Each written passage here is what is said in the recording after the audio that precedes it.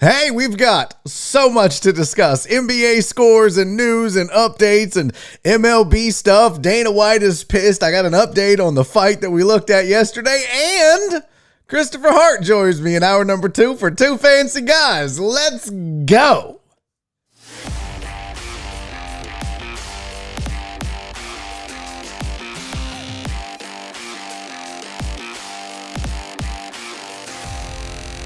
Live from the BiffNet Studios World Headquarters in Spring, Texas, it's Barry on Deck, hosted by former ESPN Houston radio host and stand-up comedian Barry Laminat, starring Oliver the Cat, written by Barry Laminat, produced by Barry Laminat, directed by, you guessed it, Barry Laminat, featuring sports, entertainment, special guests, film sessions, and some drinking.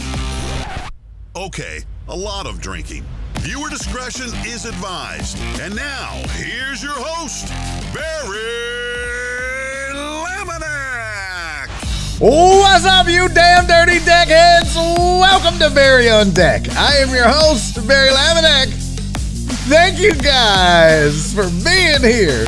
Today is Tuesday, June 29th, 2021, and this is episode number 281 of Barry on Deck. As always, Barry on Deck brought to you by the AP Law Group. If you have been hit by an 18-wheeler, injured in an accident, maybe you've had a loved one suffered a wrongful death at the hands of somebody else, call the AP Law Group, 713-913-GO-AP, or online at aplawgroup.com. Welcome to the show. I'm happy to have you. We are locked and loaded. So much to discuss. Stacked, full. The list is long. It was so long it made me late. Okay, I make me late. It's getting worse and worse, people. It used to be 2:01 and then 2:03. Now it's 2:05. I have a problem. I need help.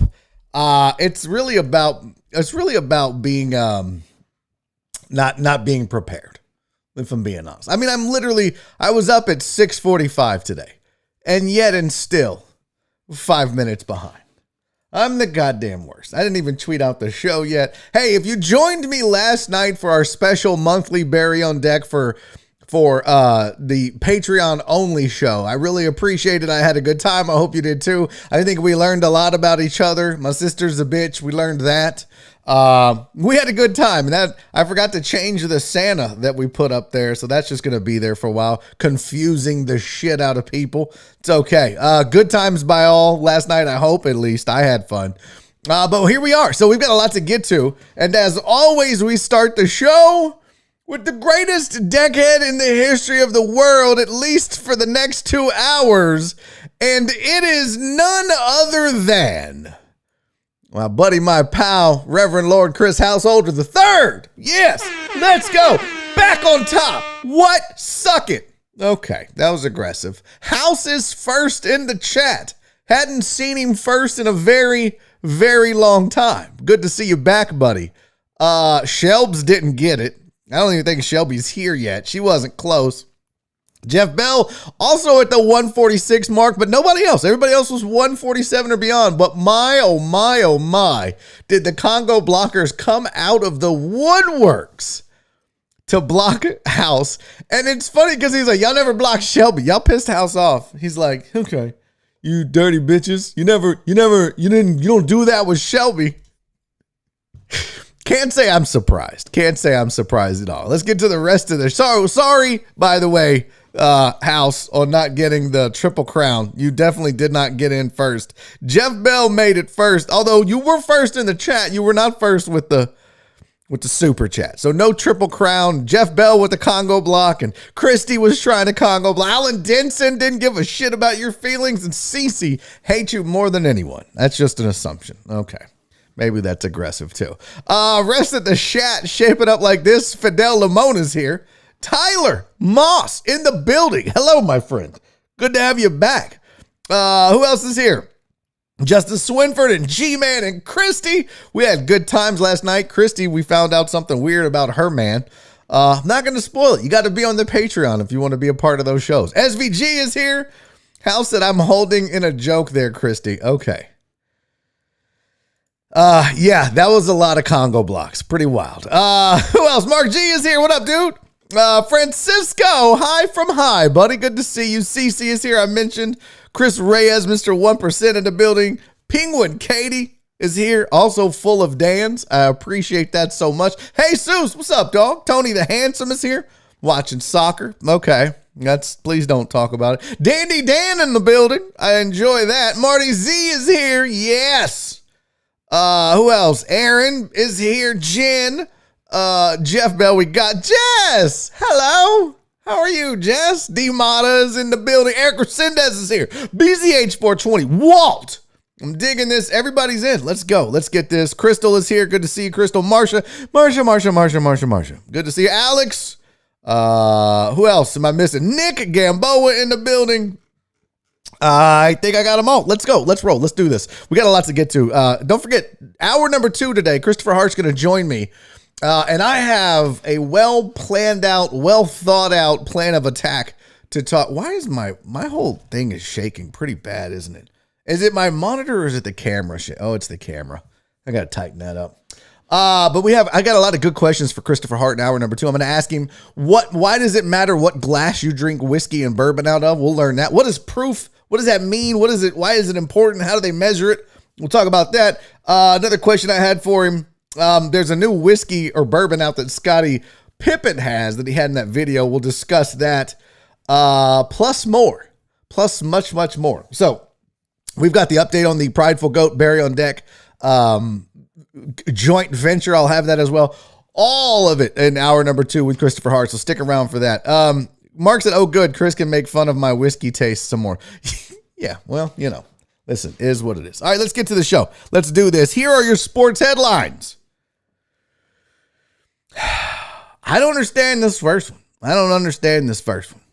The Timberwolves badly want to trade for Ben Simmons. Why does anyone badly want to trade for Ben Simmons? I can understand wanting to add Ben Simmons, but there were reports that the Warriors are really interested in Ben Simmons. Look, I understand some of what he brings to the table, but it's weird if people are trying to buy. I mean, I guess you buy low, but man, you got to be careful what you trade for. I understand from a tactical standpoint what the Timberwolves are looking at. Pretty good outside shooting team. Maybe you add a guy that can get the rim, can D up.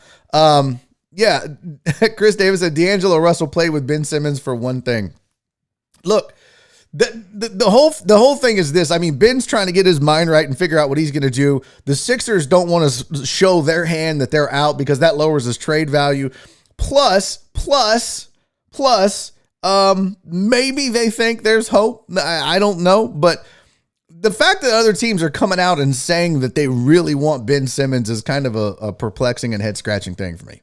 Nonetheless, Luka Doncic was not happy with Kristaps Porzingis over a strip club visit in LA during the playoffs, so that might be why there's a rift between those two. Atlanta Hawks Trae Young has a bone bruise in his foot. You'll recall he stepped on the foot of a referee in their previous game. He is questionable for Game 4 versus the Bucks, and I'm going to tell you right now, no Trae Young. Go ahead and just hang it up now. This series is over with. In fact, they were talking to Clint Capella about it. They were like, hey, what does he mean to your team and this, that? And he was like, oh, just knowing he's out there, even if he's not 100%, just knowing he's out there is big for us. Listen, man, if you don't have his 30 to 35 out there, I don't care how big it is for you. You guys ain't winning against the Bucks. I'm sorry. It's just that is too deep of a team. So, no, they're not talking about trading Karl Anthony Towns for Ben Simmons, by the way. The discussion was they're going to hang on to Karl Anthony Towns, that maybe Russell, maybe, I forget the other dude's name. I had it. Here you go. I'll give you the names. It was, Towns and Edwards are untouchable. D'Angelo Russell and Malik Beasley could be as part of the deal. But if you're the Sixers, do you really want D'Angelo Russell and Malik Beasley? I mean, you got to get some draft picks or something like that. Maybe a 3-way deal. I don't know. It's just, that's why I say the whole thing just seems kind of silly that the T-Wolves would even come out and tip their hand like that. Rest of the headlines, the Skaggs family, Tyler Skaggs' family is suing the Angels If you'll recall, they are their Tyler Skaggs was found dead in a hotel room in Fort Worth, or in Arlington, I guess. Well, I guess it was Fort Worth, having overdosed on fentanyl and a concoction of drugs that was given to him by somebody on the Angels staff. I forget the dude's name. Well, they had until Thursday, 2 years after the day of his death, they had in LA or in California and in the state of Texas to be able to file a wrongful death suit against the Angels. That day would have been Thursday. So they did file both in California and here in Texas. So we'll see what happens. LSU starting left tackle Rosenthal enters the transfer portal. I don't know what's going on in LSU. We'll see what this means. It could just be as simple as he wants to play somewhere else. But anytime you see a move like this with a starting left tackle that's important, you start to wonder what's going on in the program itself. I guess we'll find out soon enough, but that was news. And Kevon Looney is exercising his $5.1 million option to stay with Golden State. Smart move on his part, because he certainly isn't worth. I mean, I think his career numbers are like 4-4. I mean, yeah, he was, important in the championship run, but now he's just a dude. So you better exercise that $5 million option, and you better tuck some away, because you probably ain't going to get much more than that going forward. He's just a piece. So there's your sports headlines. I feel like I'm missing something. Oh, I wanted to do a quick update for you guys. So I got the headlines in here. Couple of things. One, I'm going to need everybody in the weight loss challenge to step it up. Okay. Jen's like, hey, nobody's reporting back. Where the fuck is Harpy? No one's doing their steps.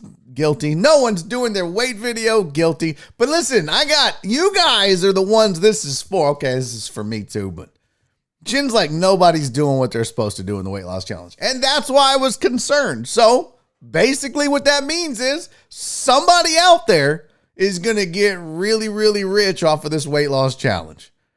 A lot of you just lost $100 for being lazy bitches. So you still got time. You better get on it. I'll have a weight loss challenge update for you later. What I do have for you, though, one of the other Barry on Deck things that we do that I have an update for you is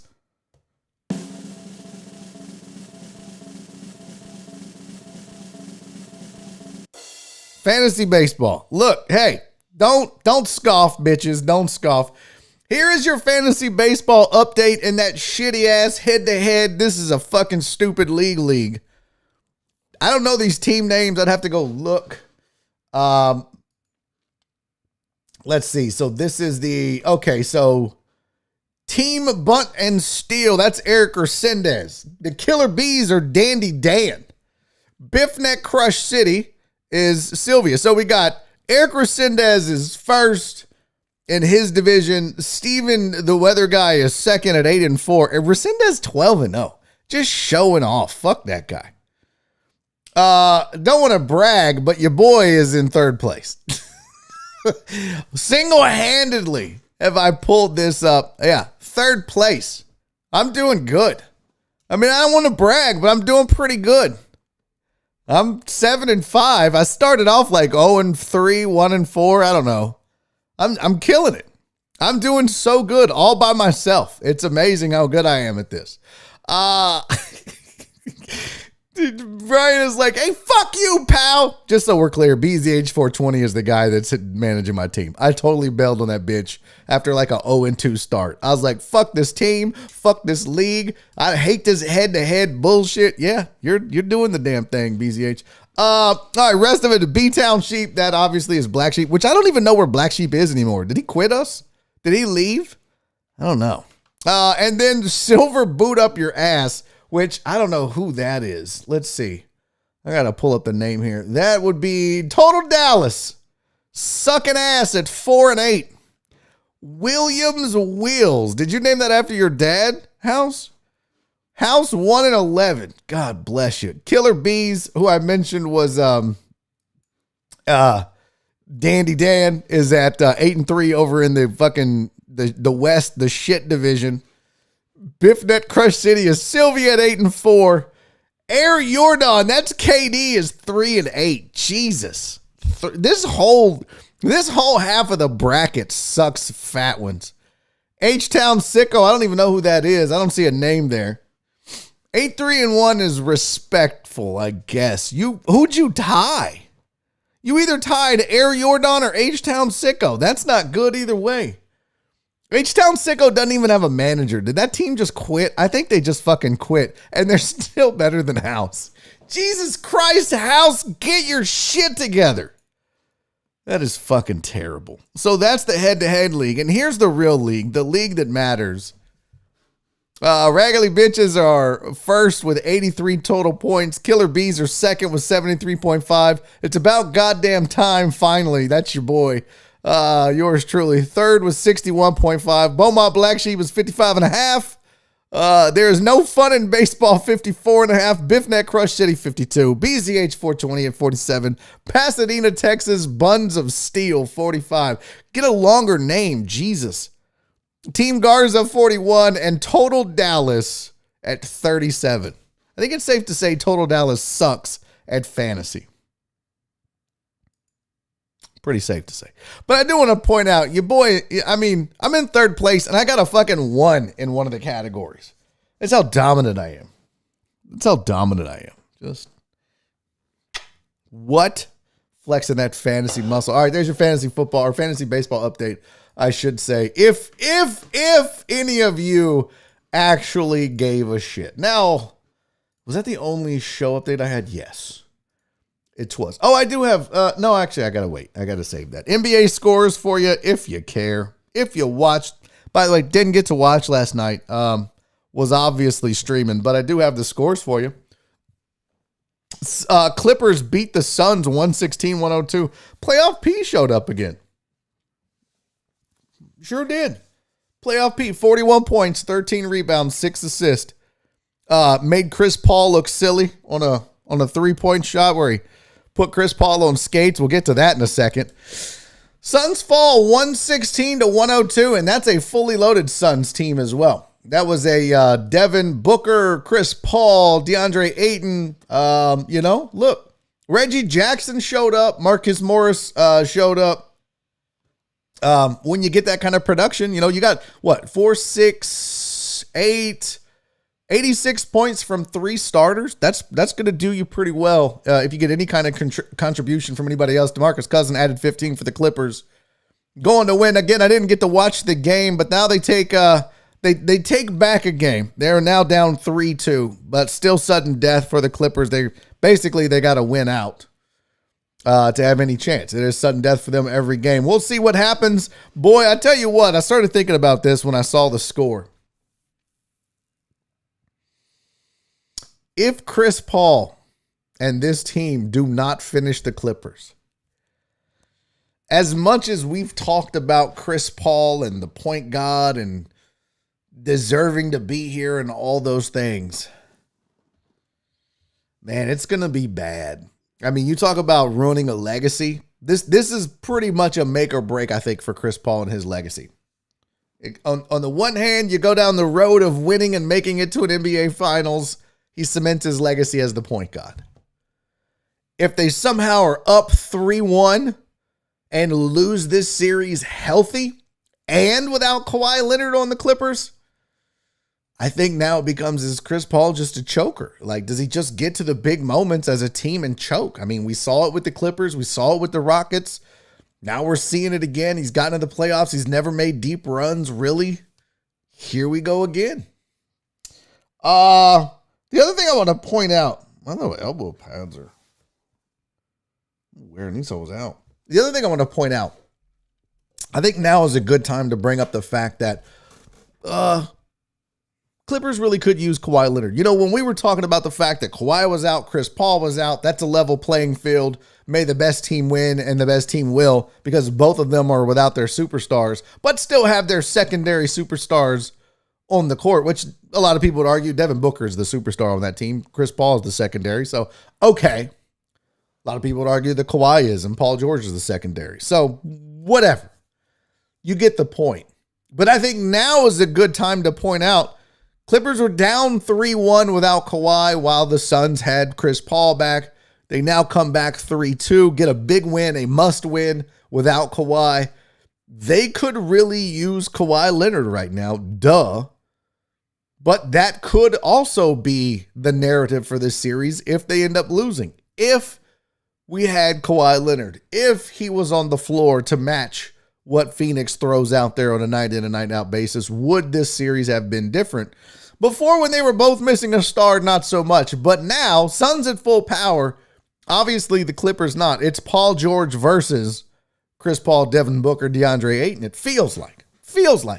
Because look, if I told you, let's just go ahead and say Paul George and Devin Booker cancel each other out, which they kind of did. 41 points, 31 points. Devin Booker with 4 rebounds, 3 assists. That's not what he's there for. He's a scorer. But Paul George with the 13 rebounds, 6 assists, 41 points. So cancel those out. Then you got Chris Paul and Reggie Jackson going 23 and 22, or 22 and 23. It's then when you get to Marcus Morris and he's got 22. And DeAndre Ayton only adds 10. That becomes an issue. So credit to the Clippers. They're secondary role players. They're third level role players on that team. Step it up in a big way. Good for them. We'll see what happens. They got to win. I mean, it's 3-2. The series is 3-2. They got to win 2 more games. Suns only have to win 1. Uh-oh. What is this? Did you retire the BCH 420? Uh-oh. What are my thoughts on Kazmat? I don't know who that is. I don't know what that is. Are you asking me about soccer? I don't know. This isn't a soccer show. This is more of an Americanized Big Three type of show. I appreciate you being here. I'm sure we have a lot of soccer fans in the chat. I'm sure they would like to discuss that with you. But I don't know. Is that soccer? Is that cricket? I have no idea. What is, let me type that name in. KHAMZATCHIMAEV. That would be, UFC. No idea.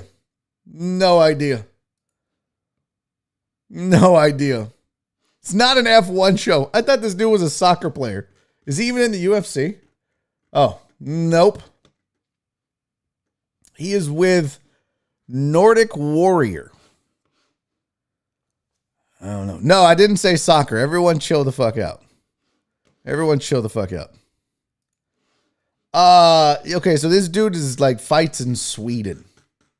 I wish I had more. I mean, I'm an MMA fan, but I've never heard of the dude. Kazmat Shemaev. Ukraine. Okay. You know what? I have no idea. Ask me about Francis Ngannou. We can do that story. We'll do the Dana White story in a minute. In fact, he turned out a fight against Rockhold. When? Like 30 years ago? When was the last time Rockhold has been relevant?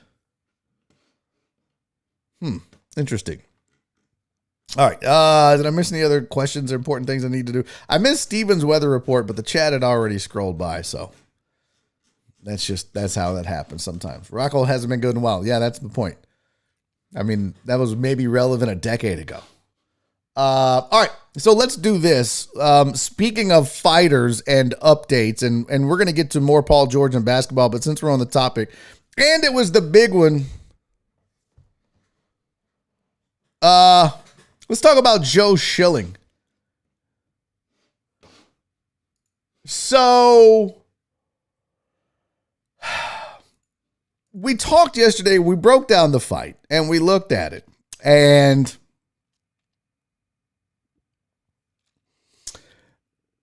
there were questions number one about, was this fake? And we talked about the fact that if you watch the head movement, if you watch the dude get knocked out, if you watch the fact that his hand stuck straight in the air, we talked about that, okay?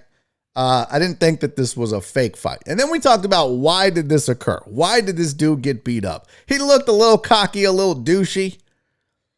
It looked a little bit like Joe Schilling might have been looking for the fight, the way he bumped him and moved him out of the way. Now, Joe Schilling finally came out and talked about what he talked about. And if you missed the fight, let's just do a quick recap. Because I don't follow Swedish MMA, dude. That's why. Why would I follow Swedish MMA? I barely follow in MMA locally anymore in the US because I got burned out on it. That's why. I mean, is it that crazy of a thing to think that I don't follow a dude with 3 million followers on Instagram because he's a Swedish MMA fighter? Really? I'll never trust a guy with a trench top beard. So here was the fight. Let's just view that real quick, and then we'll get into what happened. So there's the douchey guy that got beat up. He's acting like a badass. You can tell he thinks he's tough. He's like, I'm the shit. Yeah, I'll fuck anybody up, bro. What?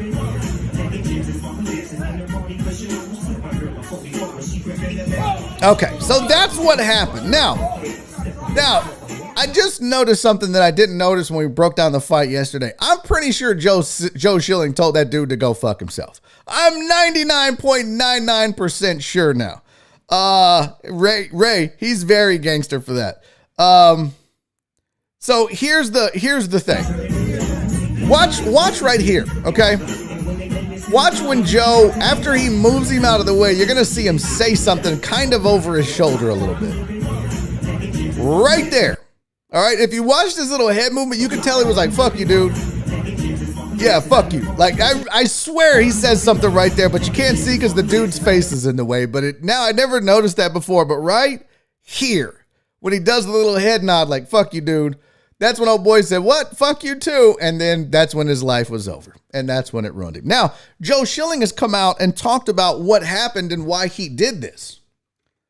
And he posted it on his Instagram. He said, the self-defense is apparently not what this country is about anymore. Because a lot of people were saying he shouldn't have done it, that he shouldn't have fought this dude. This dude was a lot smaller than him, and he didn't deserve to get beat up, and this, that, and the other. And we went through all that yesterday. If you flinch on somebody, expect to get punched, all right? If you're going to fake a punch, you're probably going to get knocked the fuck out. Especially by a dude that knows how to knock people out.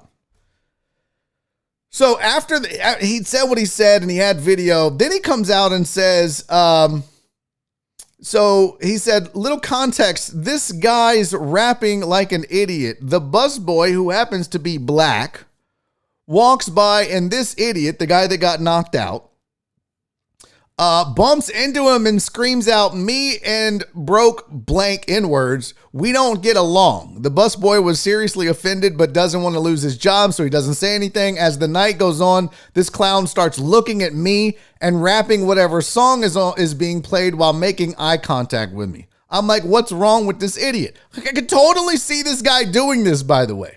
Totally see this guy trying to like intimidate somebody because he thinks he's all like, what you motherfucker, what, motherfucker, what? I don't know what song that is. That's not a really good rap song, whatever that song was. We've all been at the club. We've all seen these douchebags that do this shit. They think they're tough. They're looking at you like, yeah, this song makes me feel gangster, so I'm going to look you in the eyes because I'm gangster. Whatever, bro. So could totally see this kind of guy doing that. So he says, making eye contact with me. I'm like, what's wrong with this idiot? I go outside to smoke, and as I'm walking back in, he bumps into me. I put my hands out to catch him. He immediately says, I'm sorry, you can see me nod. Then he realizes it's me, the guy he's been rapping at all night, and he yells, hey. Okay, so that's what the nod was. I turn around, and he flexes on me. Bad decisions are made every day. I love that. I went back and sat down to finish my drinks and pay my bill. 2 servers, the busboy, and a DJ came up to thank me. As you can see from the video, when he flexed on me, I was scared for my life and simply defending myself against the evils of the world. And there you have the rest of the story. Paul Harvey. Good day. So, what did we learn? Well, you act like a fucking douchebag. Sometimes you get your car pulled. I mean, the dude, you're rapping at the dude. You're making eye contact. He walks by, you flex on him. And I do like that he talks about in the story, he bumped into me, I moved him, and he said sorry. But then when he realized it was me, he called me out. Got what you wanted. Got what you want. I would love to find out who this guy is so we can go to his Instagram and his Twitter and see if he has any of the story from his perspective. Side note, a little bit extra to add to this. Schilling shared DMs from women who claimed that the man in the video had been abusive towards his girlfriend and other people at the bar. Somebody said, and here, I'll just share my screen so you guys can see this. But this is what was shared from Schilling's DMs. He said, thanks for giving closure to my girl and most likely to so many women. You are the karma that came to literally knock him out. From my friends and myself, we appreciate you. He said, closure to your girl. You know this guy? She said, yes, my friend and I both do. He's been physically abusive to her. And he is just absolutely horrible to other women. He's a mess. And I wasn't shocked when I saw this. He provokes people at the bars. And then there was one more. The guy you knocked out is my ex. He used physical abuse. He used to physically abuse me on a regular basis. Thank you for sticking up for that busboy and for the closure you just gave me. I've been waiting 8 years for karma to hit him straight in the face. So, as usual yesterday, the internet had jumped to conclusions and was quick to chastise Joe Schilling and say it was mean and it was uncalled for him. The guy was smaller than him and this, that, and the other. And then when you start to learn that maybe this dude was an abuser of women and maybe this dude was saying racist shit to a black busboy and maybe this dude was just being a dick to Joe and eyeballing him and calling him out in rap songs. And then if you hear all that, you start to think, all right, he got what he deserved. I mean, if all of that is true, if all of that is true, fuck that dude. I'm glad he got knocked the fuck out. People like that deserve to be knocked the fuck out. Now, come on, Mark. Really? Really, Mark? Mark says Joe Schilling is a bitch for this. Really? First of all, Mark, let me ask you this. Just forget everything else that we talked about. The racist slurs at the busboy, the abuse of women, and just being a general douchebag to Joe and everybody else at the bar. Let's say you're at a bar. You walk by, you bump into somebody, they bump into you, they call you out. Hey, you turn around, and old boy goes like that. What are you going to do? I'm probably going to punch the dude. Especially if I'm Joe Schilling and know how to fight. Definitely going to punch the dude. You know, maybe if it's a bigger dude or you don't know how to fight, you just go, hey, man, it's cool, and you walk away. Great. I mean, you play stupid games. What do they say? What's the saying? Play stupid games, win stupid prizes? Ray said, I don't agree with Joe. However, multiple witnesses claim that he was making anti-Semitic comments before this. Oh, well, there's another one now. So he was being racist. He was being anti-Semitic. Listen. Sometimes you get your card pulled, and, you know, that's what happened. The fact that the camera was perfectly placed is a little sus. I don't know. I mean, sometimes you're just filming a douche at the bar, and then he gets knocked the fuck out, right? I guess. Paul Harvey was the shit, man. Oh, yeah, no, listen, that's him being sarcastic, though. Mark, when he says I was scared for my life, so understand this. I carry a gun, all right? And one of the things that you learn is if you have a gun and you're going to use your gun, the only time you should use your gun is if you're actually in fear of your life. It's the only time you should pull it. It's the only time you should use it. If you are seriously in fear that your life could be taken at that moment. So a lot of times when it comes to self-defense, what you're taught is the only time you should really defend yourself is when you feel threatened. Your life is threatened. Your physical well-being is threatened. So he's basically overblowing it a little bit by saying when he flexed on me, I felt threatened. I felt like my life was in danger. He's being facetious, dude. You have to understand that. I see you guys are like, oh, why would you say that? That's him being a smartass. Like, God, do you guys not pick that up? Oh, that was a comment before I knew. Yeah. So why was I put on timeout? Hey, Jesus, who put you in timeout? What the fuck are we doing, guys? We can't be putting Jesus in timeout. Listen. Yeah, I agree. Any grown-ass man can get it. People get knocked out all the time. Totally agree. Did KD do this? Wait a minute. Walt. Okay. What the fuck? Is there just lawlessness in the chat right now? Is this what's happening? You raggedy bitches, can y'all get your shit together? Out here just timing people out for no goddamn reason? I swear to God, I'm going to call this man. I'm going to call this man on your screen, and you're going to get douchebag bar whooped if this stuff continues. Do you hear me? He was coming right for me. That's the best part, Dex. Thanks for being here, by the way. Don't, Dex. I love the fact that he was like, he was coming at me, officer. I was so scared for my life. He flexed on me. I realized that his eyes are below my nipple line. I understand that, but I felt scared, sir. Felt like I needed to knock his ass out. My phone was in my pocket. Y'all, God damn it. I need new mods. I agree, Sean. We got to get some new goddamn moderators in here. We're not just out here, just mayhem by the mods. Just shit. Cylon said, what's up? Daddy's here. Okay. That got creepy. Let's talk Paul George, Chris Paul, and memes, because this shit is really, really good. So if you missed it, Paul George, the man you see on your screen, put an absolute move. I mean an absolute move on Chris Paul. Put Chris Paul on ice skates, and poor Chris Paul is now a meme. And boy, it sucks when that shit happens in public and you become a meme. So let's all gander at Chris Paul being a meme. So what I did is, instead of downloading these, we're just going to look at the link together. So that's the moment that Chris Paul became a meme. But let's actually watch the video. Do I have the video, by the way? I think I might actually have the video here. Yep, I do. So let's do that first, and then we'll look at the memes. All right. So let's take this off. Here's Paul George putting Chris Paul on ice skates. This is Paul on Paul violence. And those were cash. All right, go. You got this. Oh, man down. Man down. Oh. Hey, somebody call 911. Oh, Lord, need the ambulance. Oh. Look, I got him, coach. I don't got him. Oh, he did. Oh, he did. Oh, my God.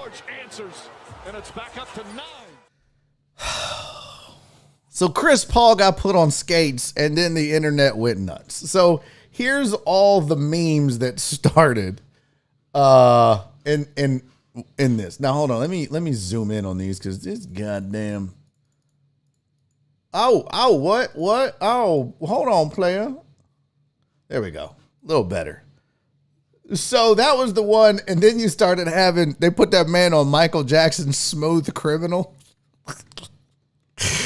They made that man Apollo Anton Ono, or Antoine. Is it Antoine? Apollo Anton? Anton, right? I don't know.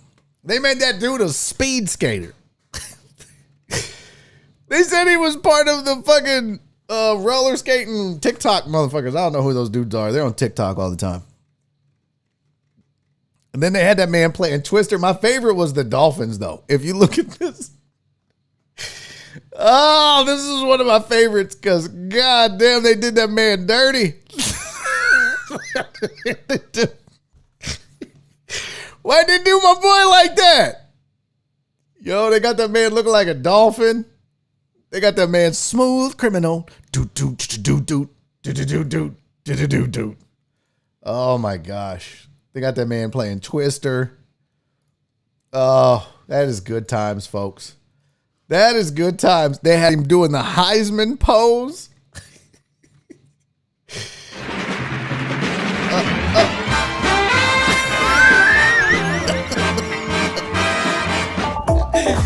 Y'all stop doing that man like that.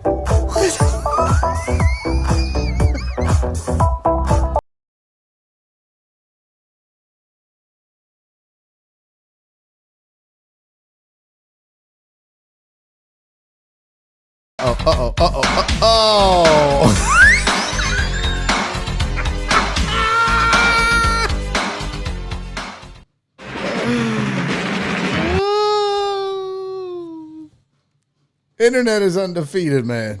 You can't do none of that shit like that. Internet is undefeated. You ain't never getting away with stuff like that. Oh my God. That's why being in the public eye sucks so much. You do one little mistake like that. One little mistake. Oh my goodness. Let's see. Chris Paul looking like, don't taste me, bro. Oh, that's hilarious. What's going on? What's going on? What did I miss? That was not a push and a flop. Shut up, Amos. That was not. Yeah, the Michael Jackson one was really good. Not a push off. You guys are full of shit. By the way, Paul George is out here saying that he feels like that he is the most picked on star in the NBA. You believe that? He said, it's a fact. I'm picked on more than any other stars. He said, I do. It's the honest truth. I was saying that he feels picked on, but I can't worry about that. It comes with the job, I guess. It is what it is. I still try to go and dominate whether I'm shooting the ball well or not. I mean, look, bro. You don't get to give yourself a nickname when you have a good game in the playoffs a couple years ago. Call yourself Playoff P. Like, well, I can never fail now. You put yourself under a microscope when you give yourself a nickname. When you tout yourself in that way. I mean, think about that. You think of Muhammad Ali back in the day was like, I'm the greatest of all time. And then he fucking flopped every 2 or 3 fights. They're going to be like, this dude's a joke. You just can't do that. That's not how it works. So, I'm sorry. Christy, thank you for the super chat, sweetie. Very much appreciate that. That's very kind of you. You finally learned how to do this shit. I know. I just saw, by the way, hey, chat. I just saw I could do custom emojis on YouTube. I didn't know that. I may have to start getting some custom emojis going. I don't know if I can upload them. There's like YouTube emojis I can use. If you look next to the super chat button, there's like, I think I could do custom emojis. Although, I don't know. I'll have to see. But it says custom emojis, so I don't know how that is.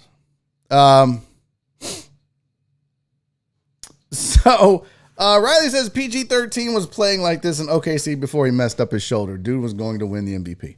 Yeah. And then he called himself Playoff P. He messed up his shoulder. He's never been the same since. And he's been bad at times. How do you, though, Riley, here's the thing. How do you excuse the bad games, but then he turns around and has a game like last night? How do you make an excuse for that in the same series? If he doesn't show up in game 2, and then all of a sudden he shows up in game 4, what's the excuse? The excuse can't be the shoulder. It's just that he didn't show up. I mean, everybody has bad games, but come on, man. Don't make excuses for that dude. Total Dollars, thank you for the $5 super chat, dude. Really appreciate that. He said, hello, my name is Walt. My phone is in my pocket. This is a BSC but super chat. And then he said a peach. Yeah, Walt, how the fuck are you timing people out from? First of all, why is your phone in your pocket? How are you watching if it's in your pocket? Huh?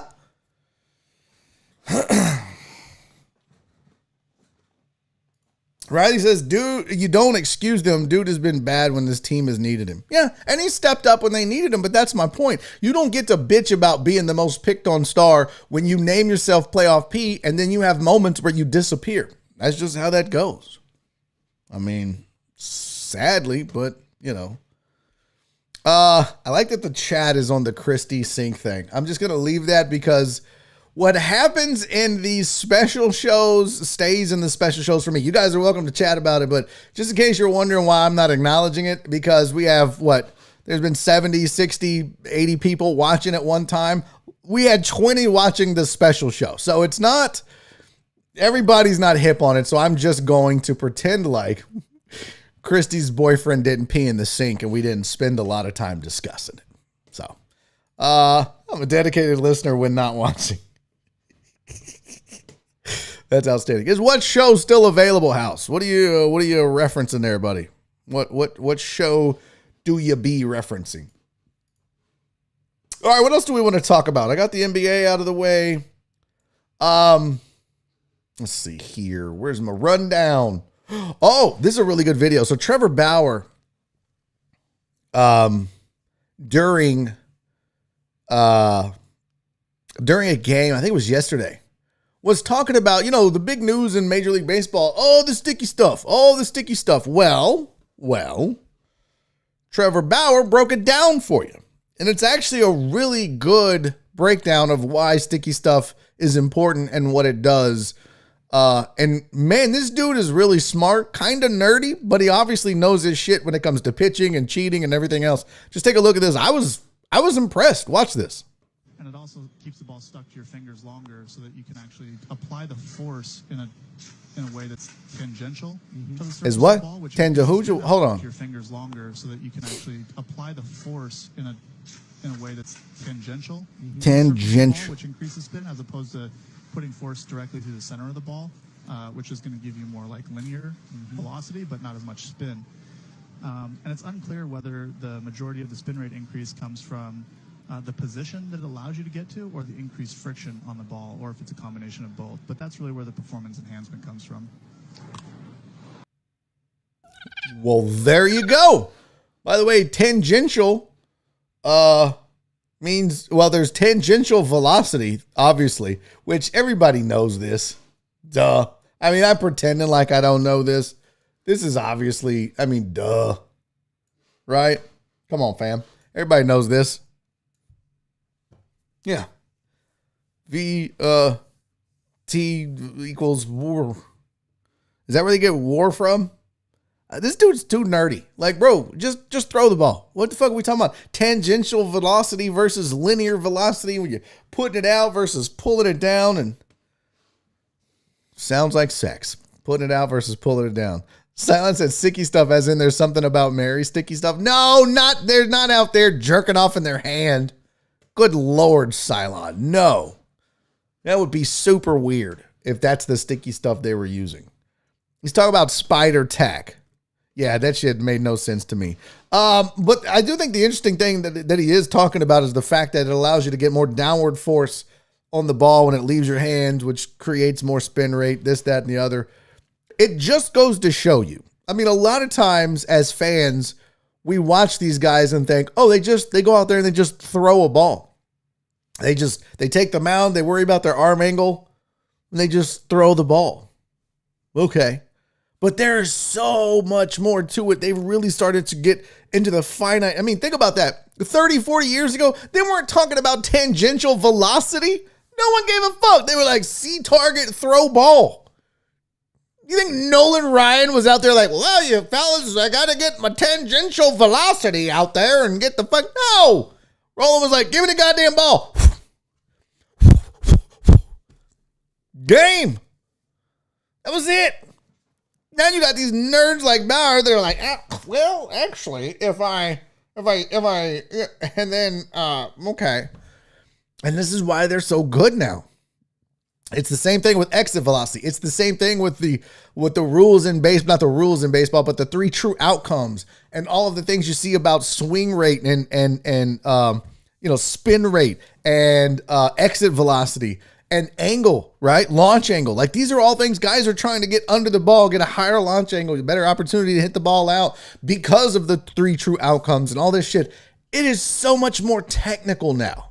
Not just baseball, by the way. Football, basketball, all of that. But baseball specifically does get a lot more technical, a lot more analytics involved in it, even though basketball was probably second. But basketball is more about where on the court and opportunities for scoring, whereas baseball, it's about hitting, it's about technique, it's about pitching, it's about technique. They're nerdy now. And Trevor Bauer just proved it with that video. Super nerd stuff.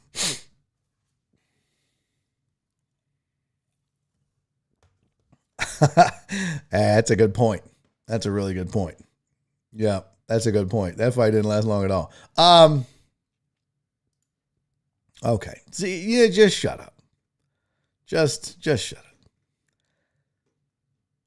Shut up, House. Stop trying to impress us with your knowledge of tangential velocity. I don't even think you knew that existed before Trevor Bauer said it and you Googled it. Okay? So shut up. All right, so that was interesting. So we're going to get to a break. When we come back, we're going to be joined in hour number 2 by Kristopher Hart of the Whiskey Neat Show on ESPN Radio down here in Houston. We're going to talk all things whiskey. Here's some of the questions that I have for Kristopher that he's going to answer for us. So if you're a bourbon and a whiskey drinker, you're definitely not going to want to miss hour number 2. Why is the glass so important? Like, I drink out of a regular ass glass, and he gave me a special glass to drink out of, and I broke it. Okay, this is my bad. But I'm like, does it matter? Can I drink this shit out of a plastic Selena cup from Stripes? Does it really matter? He's going to talk about the kind of glasses that matter when it comes to drinking bourbon and whiskey. We're going to talk about what proof is, what determines proof, and why is it important. Plus, I'm going to ask him about Scottie Pippen's new whiskey called Digits. And then we'll talk about the Prideful Goat and the Barry on Deck barrel tasting that's coming up in a couple of weeks. We have official dates, and we'll have information for you about when we'll draw names and how you can enter. All of that will be on the other side of this break. We're going to take a quick break, but real quick, before we get to the break, I do want to tell you guys real quick about the AP Law Group. If you have been injured in an accident, if you have been hit by an 18-wheeler, let's say you've had a family member that has suffered a wrongful death at the hands of somebody else, do yourself a favor. If you are in or near the city of Houston, call them right now, 713-913-GO-AP. I don't care if it was a fender bender and maybe your neck's a little sore. Maybe they just demolished your car. It doesn't matter. Find out if you have a case. Maybe you don't even think you have a case. Don't make that judgment on your own. Call the AP Law Group, 713-913-GO-AP. If you've been wronged, call them. They'll tell you, they're going to give you a free evaluation and let you know if you are eligible for a settlement. And then they're going to help you get that. Absolutely. Gilbert and Arsha do a great job. Both Houston guys, born and raised here, went to law school at the U of H. They are H-Town through and through. Call them, 713-913-GO-AP, or online, aplawgroup.com is the website. The cool thing is this: if you want to get paid, you can even get paid in Bitcoin. That is an option now. So that's super dope. Plus, the whole reason that the AP Law Group exists, Gilbert used to work for an insurance company, got so sick of getting screwed over by the insurance companies, or seeing people get screwed by the insurance companies. So they started the AP Law Group. It's the aplawgroup.com. That's the website. It is big firm results, small firm attention. Give them a call, 713-913-GO-AP. Take care of it. All right, we're going to take a very quick break. It's 2:58. We're probably back before the 3 o'clock hour. I'm going to go pee real quick. I'm going to get me another Diet Coke. We're going to get ready for Kristopher Hart in hour number 2 and talk whiskey and bourbon and drinks and life and everything else as we normally do. So I just need you to do me a favor. Stick around for less than 2 minutes. Then we'll come back and hang out and do this all again right after this. I'm Barry Laminack. I'm your host. Stick around through the break. I'll see you in a second.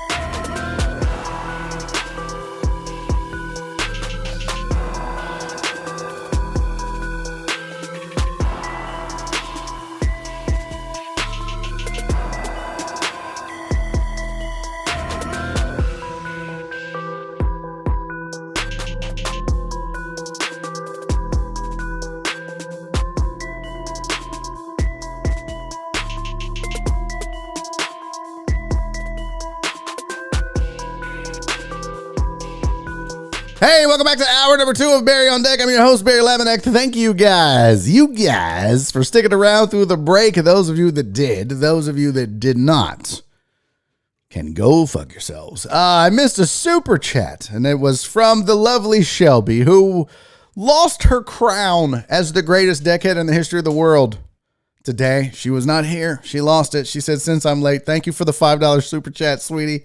You are so kind, and I really do appreciate you and your support.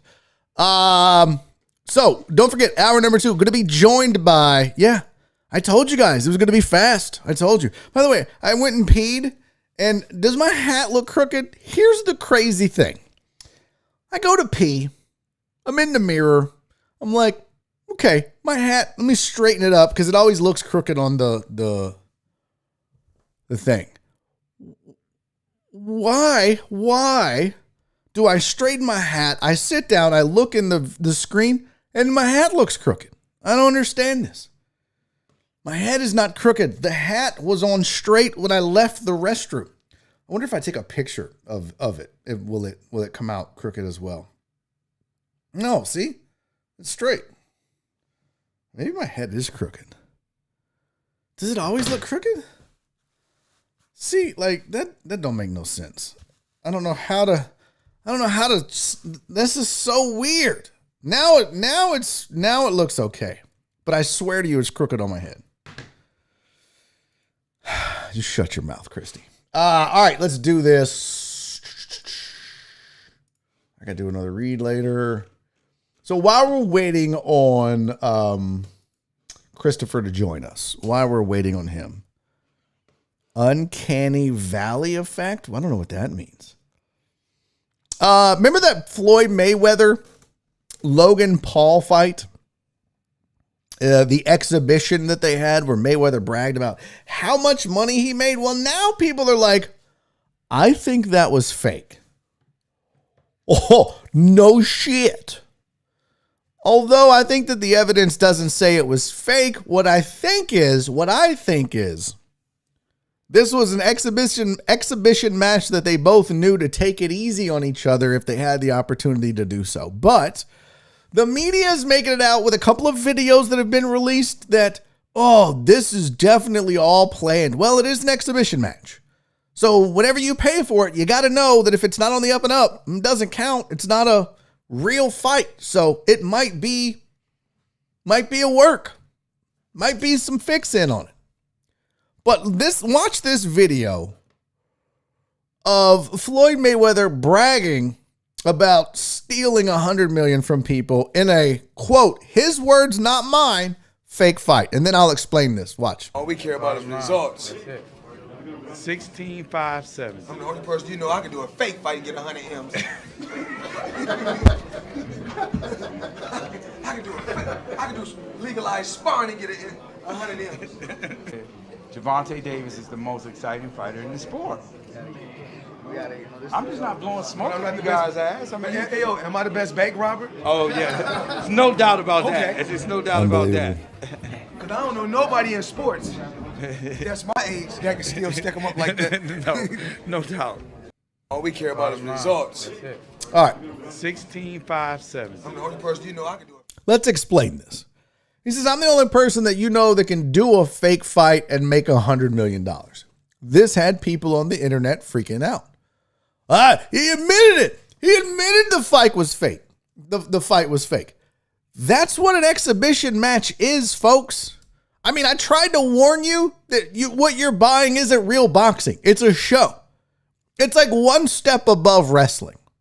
The outcome isn't predetermined necessarily, but if there's no judges, there's no winner or loser, so they can shape and mold and do whatever they want.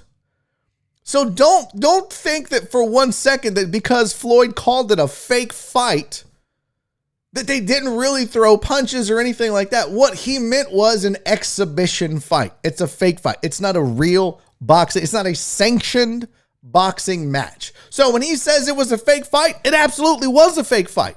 It wasn't a real boxing match. He called it sparring. That's what an exhibition is. It's glorified sparring. I hate to be the spoiler here. I hate to be the bearer of bad news, but there's no story here.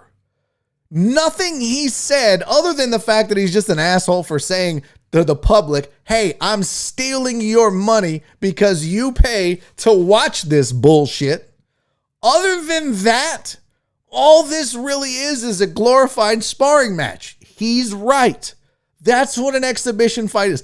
If I fought fucking House, it's not going to be sanctioned. It's going to be an exhibition match. It's going to be glorified sparring. That's how it works. Unless you're going through the WBO or the WBC or any of the sanctioning bodies in boxing, who will have their judges ringside and check the gloves and the tape and everything else, which none of that happens in these fights usually. It's just a fake fight. That's all it is. So settle down. There's no reason to get upset. Now, the other part of this is that Logan Paul could be heard during the fight saying, chill, champ, chill. It's just an exhibition. So let's pull that up and watch that. Because this was the video. Thank you guys. For my warrior.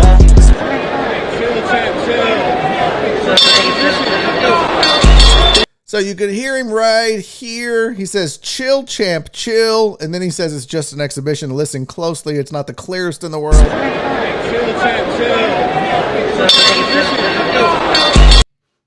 Now let's explain this as well. Because again, people are like, oh, Logan Paul had interesting comment during the fight. And I think Larry Brown talked about it on that link. But he said, look, basically, it wasn't that he was reminding him, hey, don't beat me up because it's an exhibition. He was being a smartass because Floyd Mayweather wanted to remind everybody that this was just an exhibition fight. This wasn't a real fight. And then once Floyd looked like he was maybe taking it seriously, Logan Paul wanted to be like, hey, bro, chill. It's just an exhibition, right? Why are you getting so worked up about it? So there's always ways to interpret this. But with that video being released and Floyd Mayweather saying what he said about a fake fight making $100 million, which I don't believe he did.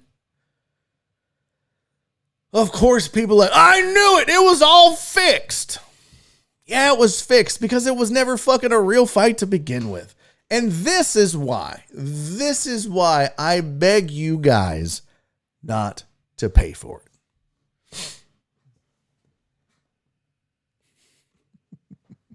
CZ got mad. If it wasn't your money, then stay the fuck out of my pocketbook. I also buy scratchers. I've never heard anybody in the South call them scratchers, but that's okay. Okay. I'll dig it. How can you expect Floyd to know how much he made? He can't even read. Well, now that wasn't appropriate. People are mad because they bought those Wolf tickets. Well, that's the thing. I mean, I try to tell people, look, if you're expecting this to be legitimate, it's not. But if you don't care, then buy. I mean, like, CC takes it as a personal thing. It's certainly not personal. I just think if we enable these clowns, they keep doing this.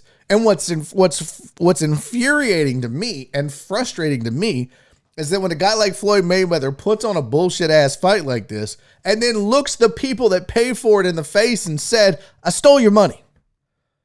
Because he's done that several times. Now, maybe you don't care. That's fine. If you don't care, CC, I'm not judging you. Spend your money how you want. I think it's foolish to throw money at a guy that's telling you, I'm past my prime. This wasn't a good boxing match. I took your money. That's my opinion. You spend it how you want to spend it.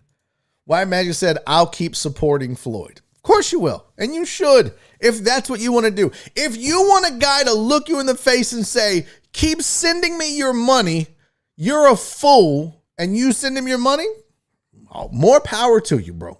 More power to you. I mean, don't get mad if I say, bro, you're fucking dumb. But you support him if you want to support him. Great. It's your money.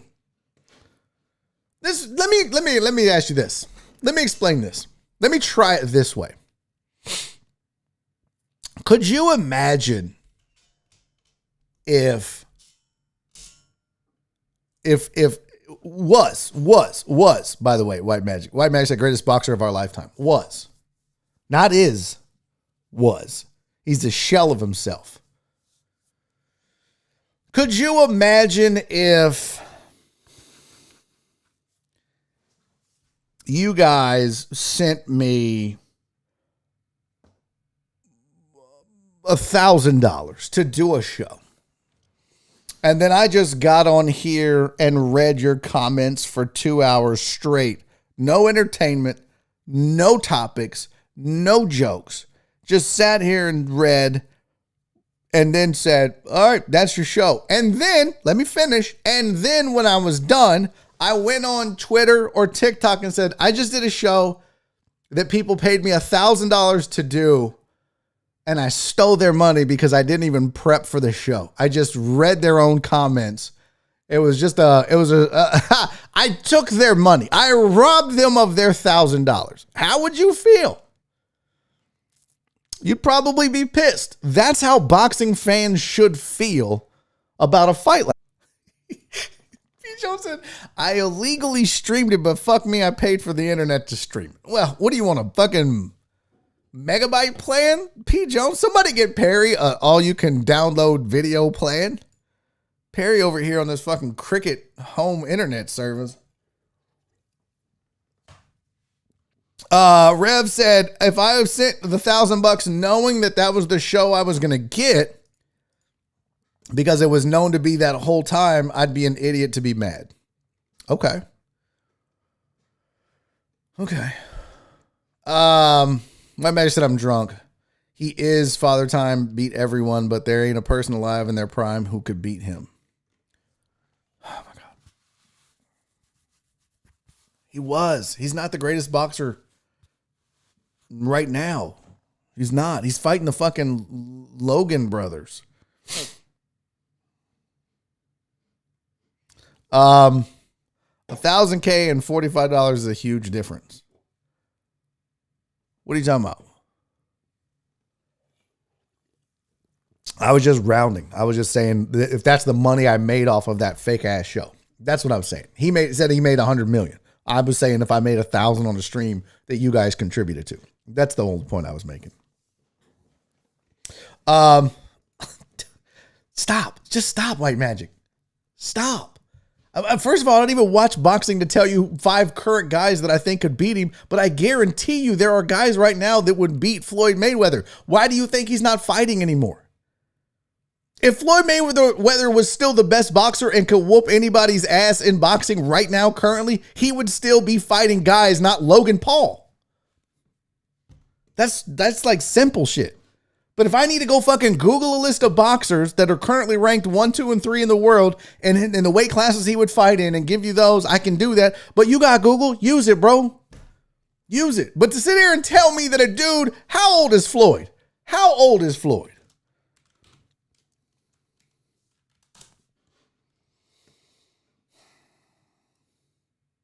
He is 44 years old. Do you understand how many 44-year-olds still box? None, bro. None. He's past his prime. He is no longer the greatest boxer in the world.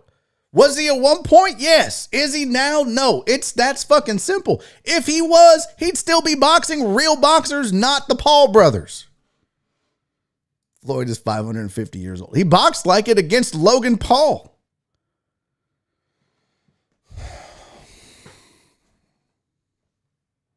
Bennett said that's money talk. I don't know what that means. I pay for Floyd's OnlyFans. Does he show you his knuckles? Is he just like, look at my knuckles, and then licks them? I don't know. Yeah, but so B-Hop was still pretty good at 44. Bernard Hopkins, yeah, it's pretty good. Pretty good. Not. Look, here comes Tony. Rocky Marciano. Why is it every time we talk boxing, white dudes got to bring up Rocky Marciano? Why is it? What is Floyd's weight class? 150? Best boxers at 150. Since White Magic don't know how to fucking use Google. Here we go. Division rankings. The best 10 fighters. Tyson Fury, Anthony Joshua. Those dudes are too big. What is this? That's just heavyweight. Middleweight. Can't believe I got to do this in the middle of the goddamn show. Why do I let you do this to me, White Magic? I just need to ignore your ass. You derail this show so fucking much. Charlo is number one at 154. You think Floyd's beating Jamel Charlo right now? Rosario, Julian Williams, Jarrett Hurd, Brian Castano. So these are the top 5 in their weight class at 154, according to ESPN. If you want to go up to 147, you got Terrence Crawford, Earl Spence, Manny Pacquiao. Pacquiao's not beating nobody. He's done. But Terrence Crawford's 37-0. Earl Spence is 27-0. I mean, come on, fam. Alex said Barry could take Floyd to lunch. Yeah. It's a silly argument, bro. He's 44 years old. He's out of the game. You don't fight no more. Jamar Charlo fights at 160. Is that what Floyd fights at? I don't even know what Floyd fights at anymore. Jamar Charlo fights at up to 160. Gennady Golovkin would probably beat Floyd if that's what he's fighting at in that weight class. Demetrius Andrade, I don't know. Ryota Murata, I have no idea who the fuck that is. I mean, dude, it's a silly argument. If you want to talk about the past, great. But now, at 44, come on, fam. It's just a ridiculous. I'm not wasting any more time on this. It's an absolutely stupid derailment of the show. Absolutely stupid. Now, Dana White is pissed. One more fighting take, and then we're going to get off of all this mixed martial arts stuff. Here's the thing, and we'll talk more about the upcoming fight with Derek Lewis. I'm going to try to get his trainer on, or I'm going to try to get him on. I'll hold Colin Cantrell to his word that he said he'll get Derek to do the show. Maybe we'll get him to do the show beforehand. So Dana White, this dude is so full of shit. This is his quote. He knows exactly what he's going on and isn't shocked at all. What he's talking about is Francis Ngannou. They offered him several fights. So if you weren't clear, they wanted Ngannou to fight they wanted Ngannou to fight Derek Lewis. They couldn't get that to happen. They tried to get him a fight in August. Ngannou wanted more time off because he said it was for personal reasons. So they made the fight. The UFC announced it, kind of a surprise. They announced Derek Lewis versus Cyril Gane August 7th here in Houston. Ngannou was left out. This is an interim title fight for the heavyweight of the UFC, the heavyweight title of the UFC.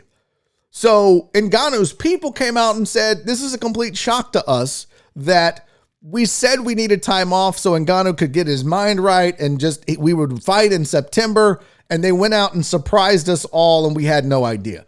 And that's why Dana White said what he said. This guy is full of shit. We told him several times this was coming. His management is incompetent. And hopefully Francis start taking a look at the people in his career. Let me tell you something that I do know about this. Once you get on the wrong side of Dana with the wrong people saying the wrong shit in the public, one, Dana's a bulldog. He's not going to back down from anybody. And he's going to twist the narrative as he sees fit to make you and your camp look as bad as possible. And let's not forget, Dana has all the leverage. If Francis Ngannou never fights again in the UFC goes on. The UFC continues. Francis Ngannou and his people need the UFC way more than the UFC needs Francis Ngannou. Period. End of story. Which is why they went out to prove a point and made the Lewis Gane fight. So, I think if I'm Ngannou, I'm going to my people and saying, what did we do? Like, where did this go wrong? How did we screw this up? I've lost my title fight. I'm not fighting now again. Now I've got to fight the winner of that for the interim title to either reclaim it or what's going on here, people? I mean, this is a thing where you have to blame your managers and agents for the shortcomings in this. Because Dana don't play, man. The UFC is an absolute monopoly on this. And they don't play. If you don't fight when they think you're ready to fight, you get skipped. And this is proof of it. So that's just how it goes. Yeah, that's true. No, he hasn't lost his title, the lab. It's just an interim title fight. So what will happen is the way this will work is he hasn't been stripped of his title. It's just that they're not going to let him take time off, whether it be a month, 3 months, 6 months, 9 months, or a year, and not have a title fighter or not have a heavyweight champion that's active. So what they do is they create an interim title fight. So they say, basically, right now he doesn't have the belt. It's going to go to Derek Lewis or Cyril Kane, whoever wins that fight. And the winner of that fight, when he comes back, will fight Francis Ngannou. And then that'll be the title holder. So this is the interim title holder until the Ngannou fight happens with whoever the winner of this is. That makes sense. So, all right, joining me on the show right now. Look forward to this every single week because, my guy, look at you, your handsome self. What's going on with my thing here? That doesn't sound right. Much better. I don't have you a fancy background. What happened? Can you hear me? I can hear you. There's a little delay, but it'll go away. It's no, good. not yet. Not yet. Uh-oh. All right. Oh, there is a delay. I do see it. All yeah. Right, what's going on here? It's okay. We'll get it figured out. You got me? All right. I can hear you. It's just a bad delay, but don't worry about it. Joining me on the program right now from the Whiskey Neat Show on ESPN Radio, the Whiskey Neat Podcast, wherever you consume your podcast. It is the man, the myth, the legend, the one and only Kristopher Hart is here on the show. How are you, buddy? I'm good, man. I'm good. I'm glad to be here. Big fan of the show. Long time listener, first time caller. I dropped the segment we did last week of the 8 bourbons to drink in 2021. Feedback good so far. I love that. I love those kinds of segments, man. It's good information. So that's why it got my juices flowing on the stuff that I want to ask you that maybe I know I don't know, but maybe other people don't know about whiskey and bourbon and everything else as well. Sure. Yeah, man. So I've always said that, as you know, being in radio, that a big portion in, for clicks and views is the top 10 lists. And I've always said I would never do them like in my own right, but I don't mind tearing down other people's lists. Yeah, I'm kind of with you. I don't like doing the what's it called? Oh, the Mount Rushmore. That's a big thing in sports radio. When it's the summer, the All-Star break of baseball, there is literally no sports going on. And people are just like, what are we going to talk about? Who's the Mount Rushmore of Texas quarterbacks? Who's the Mount, you know what I mean? Like it just becomes this lazy radio. And I always swore I would never do it that way. So while I do respect it because, people got to do what they got to do, making fun of other people's takes is way more fun. Oh, for sure. I'm a huge fan. And since the last time we've talked, we actually have an update for your audience. We do. You want to do that first? Let's get it first. Let's do it off the rip. We can hit it first. I see Chris is noticing the elephant in the background.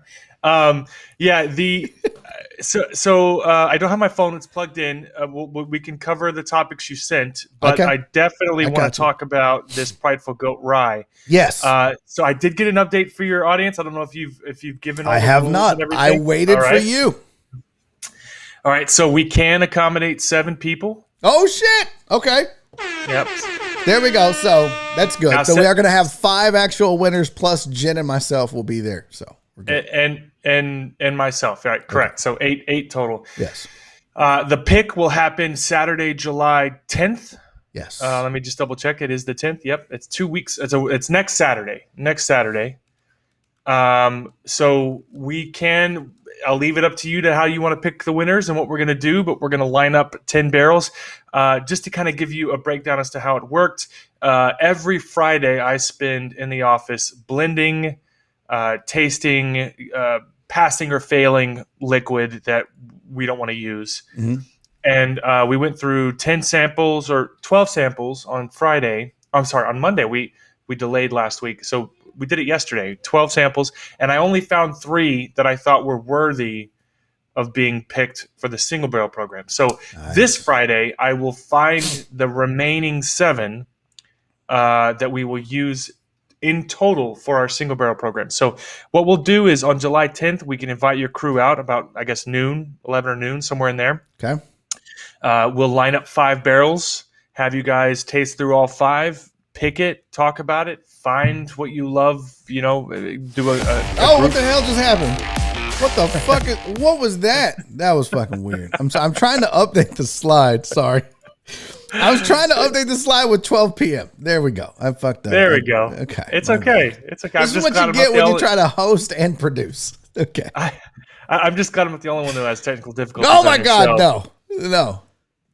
Yeah, so what we'll do, you guys will taste through 5 barrels, pick your favorite, decide on what is the ultimate selection for you guys, and then what we'll do is in the middle of October it'll be bottled and released. But so you guys can come out, taste it, drink it, get a nice little buzz going. They've got a great food truck at the distillery.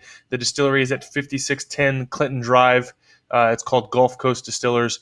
Invite you out, hang out with Barry, hang out with myself, get some photos, eat some food.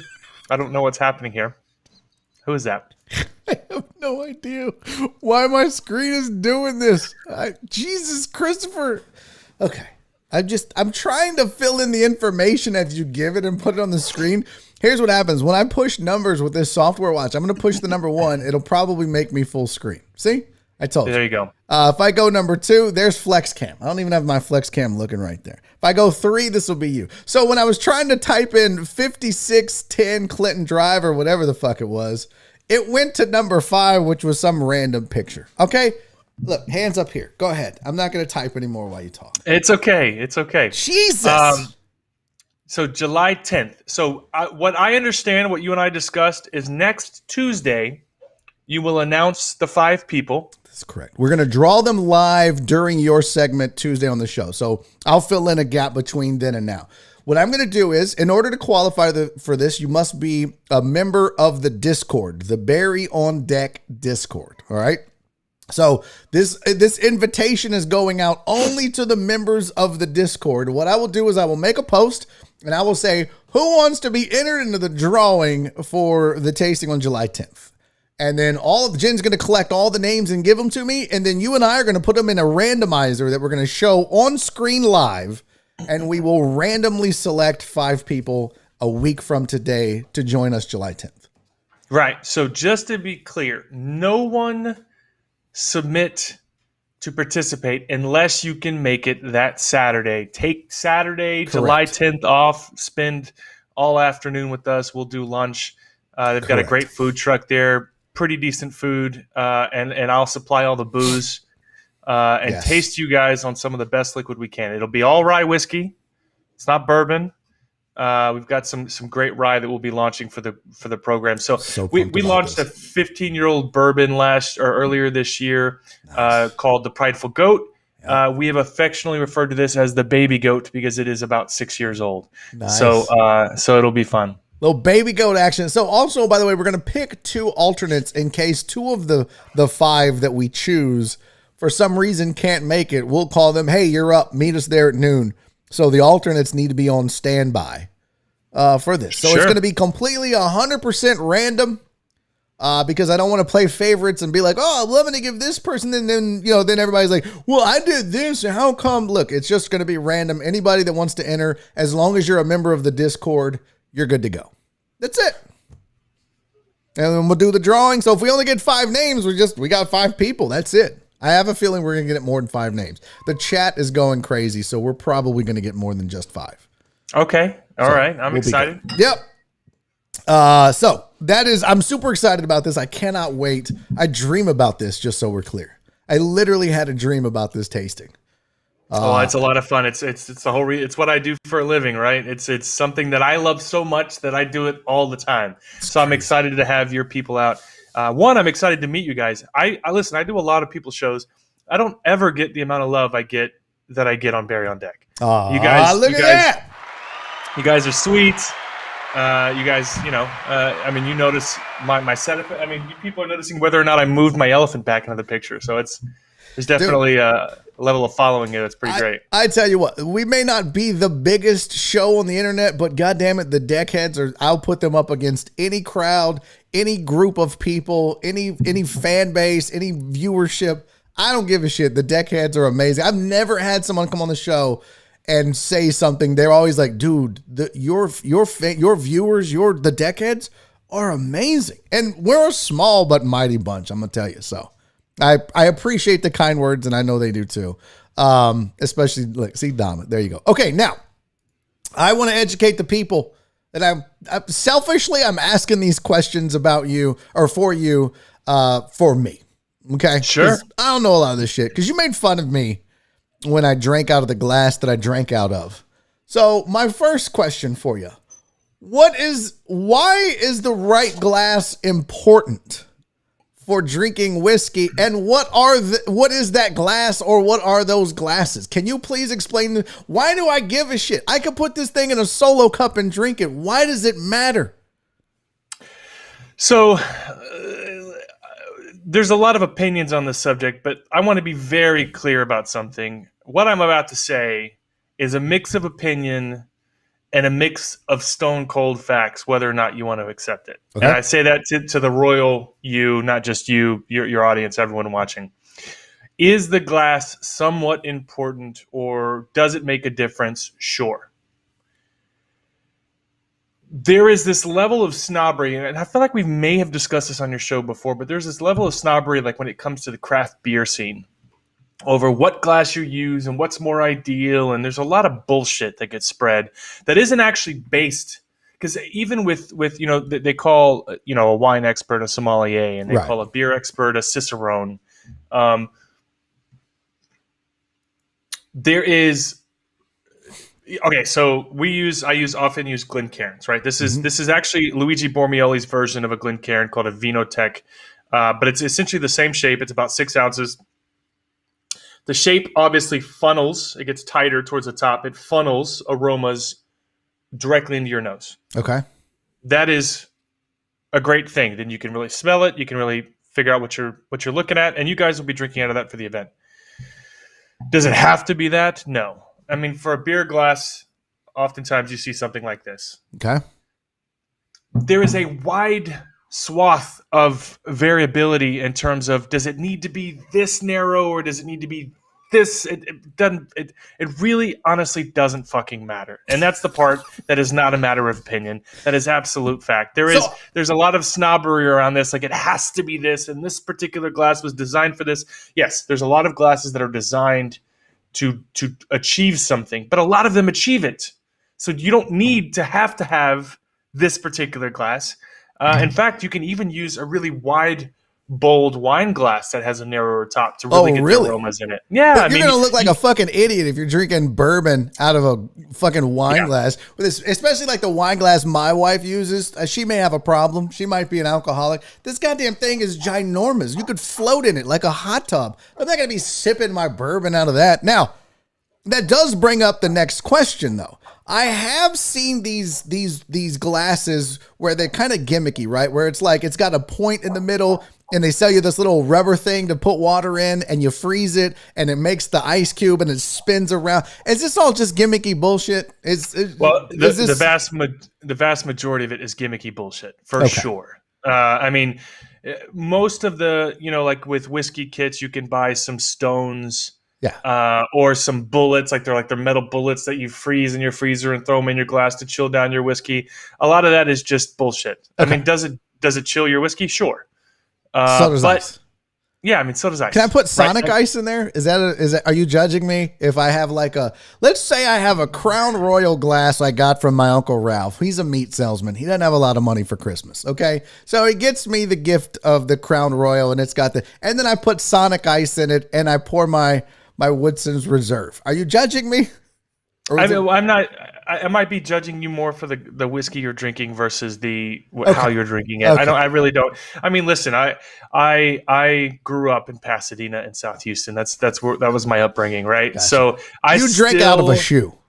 I still go to the bar, and there's a bar near me that I grew up on called Sam and Dave's in LaPorte. They don't even have a tap. Man. All the beers in ice chests. I feel like I just got herpes just by hearing that name. You drink a Miller Lite and a coconut rum and Coke and then you bang your cousin. No, I'm just kidding. It's the most. Also happens to be Sam and Dave. It's the weirdest thing. Listen, drink out of what you like. Okay. I mean, anyone who's ever been to a baseball game, regardless of the beer, you're drinking out of the same baseball cup. Right. And does that beer taste amazing and refreshing? Absolutely. Are you going to get upset that it's not served out of a little thing. No, you're not. There's a large portion of cynicism in any hobby. Cynical natures, people being shitheads. You have to learn to tone it back because it doesn't make you better than anyone else. And oftentimes you are spreading what you've just been told that's not actually based on science. Okay, that's good to know. So it's called a Glencairn. That's the glass you want to use if you want to be fancy, but totally not necessary to drink and enjoy your whiskey or bourbon or your spirits. Correct? Not at all. Not at all. That's correct. Now, educate me on this. Okay, so I figured that this would be a thing where people would actually be learning stuff. So, because I don't know these things, and I'm assuming that a lot of the people watching this, a lot of the deckheads don't know this either. We just drink. Explain to me, what is proof? How do they determine it? And why is it so important? Well, I mean, proof is just the alcohol content, right? Like, we used to, there's this old story about gunpowder. So whenever they would give the daily rations of spirits to service people, your Navy, they would usually water it down, and if you couldn't light gunpowder with it, then it had been cut. If you could, then it was, like it's flammable, then you're good to go. So British proof is slightly different than American proof. Ours is just double, right? So if you have something that's 100 proof, it's just 50% ABV.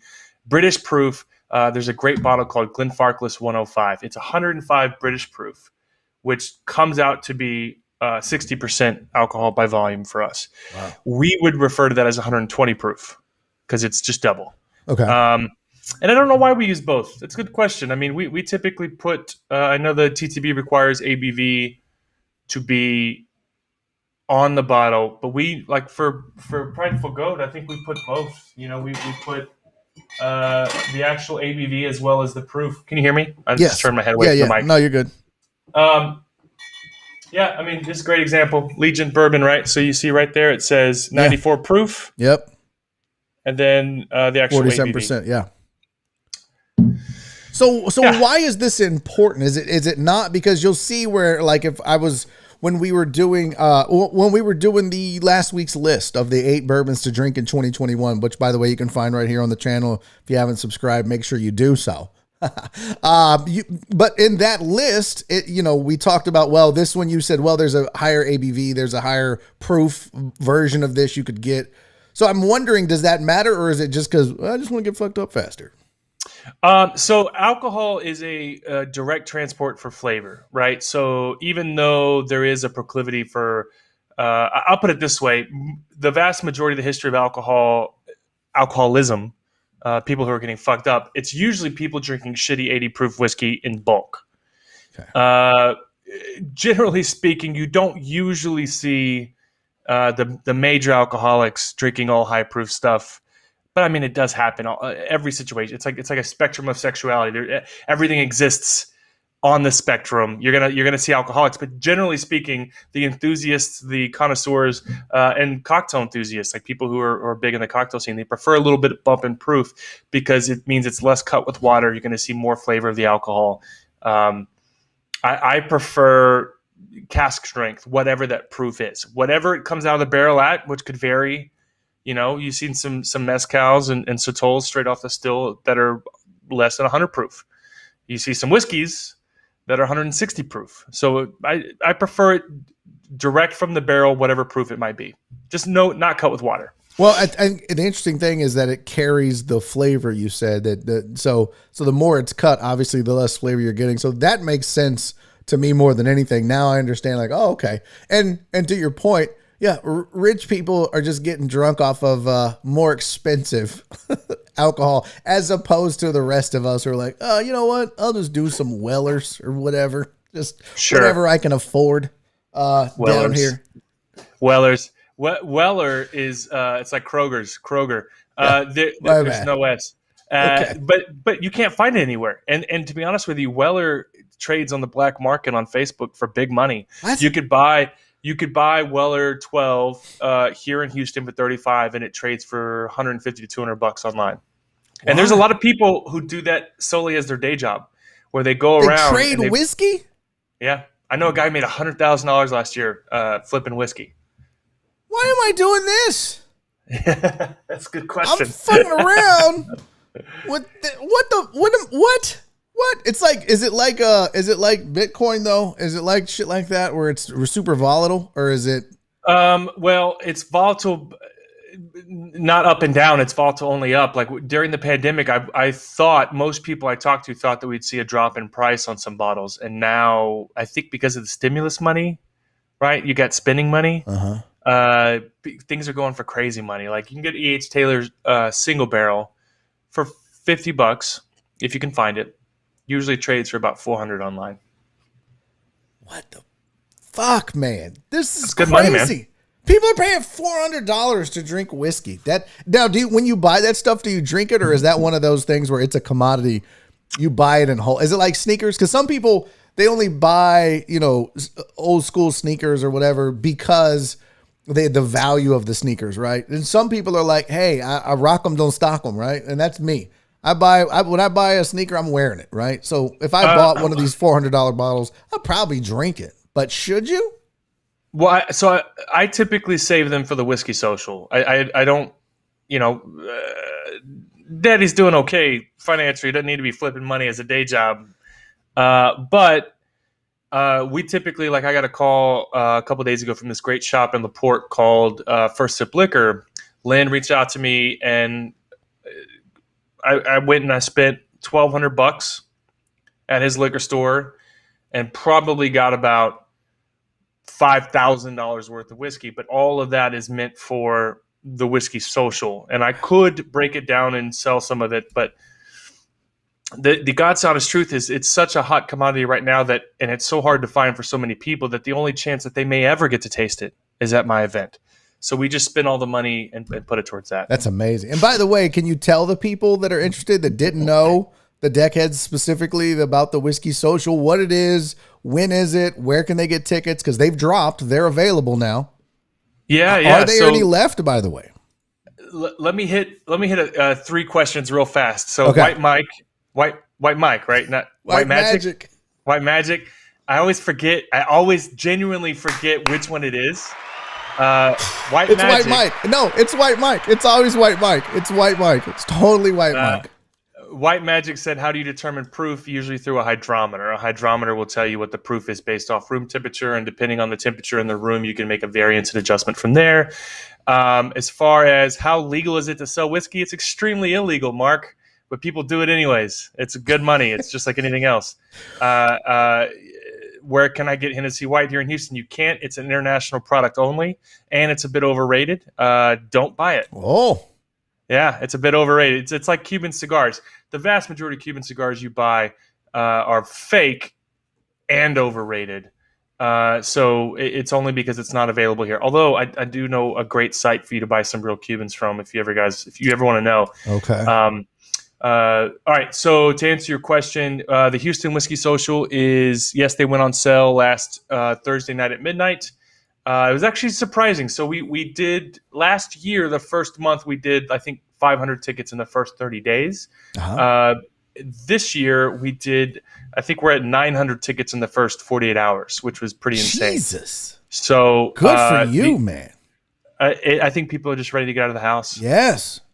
So what is the site? I'm going to attempt to type this and put this on the screen without shutting this whole fucking thing down. What is the site?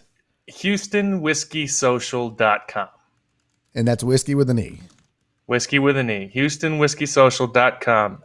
Why don't you just go straight to I did it. I just got to get it moved and shit, but that's easy enough to do. Let's just put that back. There you go. There you go. Tickets are available. It's the largest spirits festival in the state of Texas. We should be expecting between 1,800 and 2,000 people. So, Rev, thanks, buddy. Put the link directly in the chat. Yep. Yeah, so the tickets are on sale now. So someone did the math. So for GA right now, I think it's about $80. Okay. For $80, we're not allowed to legally advertise that it's unlimited whiskey, but it's as many drinks as you can safely consume and still, we're not allowed to overserve you. It's against the law in Texas. So right. Someone did the math one day. It comes out to about 12 cents per drink. Wow. And so you can try, we've got 400 different whiskeys, a bunch of old vintage stuff, all the stuff that you can't find anywhere. It's objectively, whether or not you have a good time, it's objectively an incredible deal that you will not find anywhere else. It's cheaper than going to a bar. You could not find a cheaper way to try that many whiskeys at any given moment in anywhere. And it's not just that, right? I mean, you have there. If I recall, when we were at the venue doing what we were doing, you said something about there were certain like teaching rooms or education rooms or something like that. What is that? Yeah, so we do usually throughout the night we have a bunch of classes and tastings that we do. Like we this year we did a full lineup of Pappy. You could try all 5 Pappy bottles, all 5 Buffalo Trace Antique Collection bottles. Those sold out instantly. But we pour stuff throughout the night. We have classes in education and teaching and the whole 9 yards. I mean, you really can't. You got to see the venue with me, I think Friday, and me and your old boy Barry's got some plans, folks. Yes, we do. Yes, we do. I'm excited too. Yeah, so I was so excited about it. But yeah, I mean, so come check it out. HoustonWhiskeySocial.com. There it is. There you go, right there.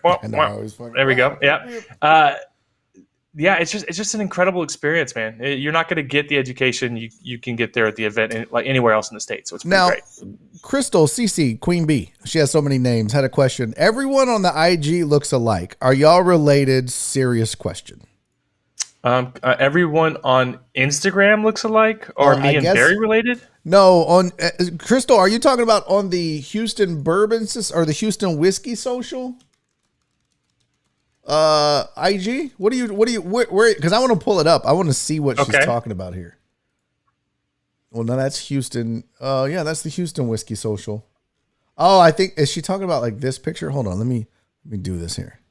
Okay, like this. Oh, gross. You guys do kind of all look alike. No, I mean a little bit.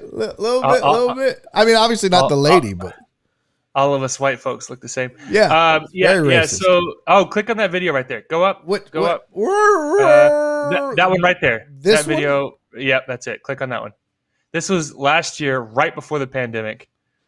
Actually, at this point, we're probably spreading it. Wow. So that's what they can expect. That was that main room we were in, right? Yeah. Upstairs. Okay. So that gives you an idea of what's going on at the Houston Whiskey Social. That's pretty badass, dude. Yeah. That's amazing. The people in that photo, they're not related. They do have red beards. That's the Licorices over at Iron Root Distillery in Denison, Texas, and right on the border before you get to Oklahoma.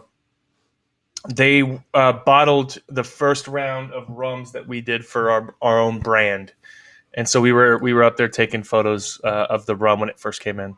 Nice. I noticed you have a picture of Crown on the IG. That's interesting. Where? It was a vintage bottle of Crown. Slow your roll there. Not the shit that they sell now. It was a vintage bottle of Crown. That doesn't look very vintage to me. Oh, hold on. What is that? 1939? No, that was when it was first created. Hold on. Okay, all right. Was this a paid advertisement? Yeah. So okay, hold on. Did Daddy make some cash off of this? Hold on, goddamn! No, you don't get to explain a goddamn thing. I think I deserve to explain myself. I haven't even opened this because of you.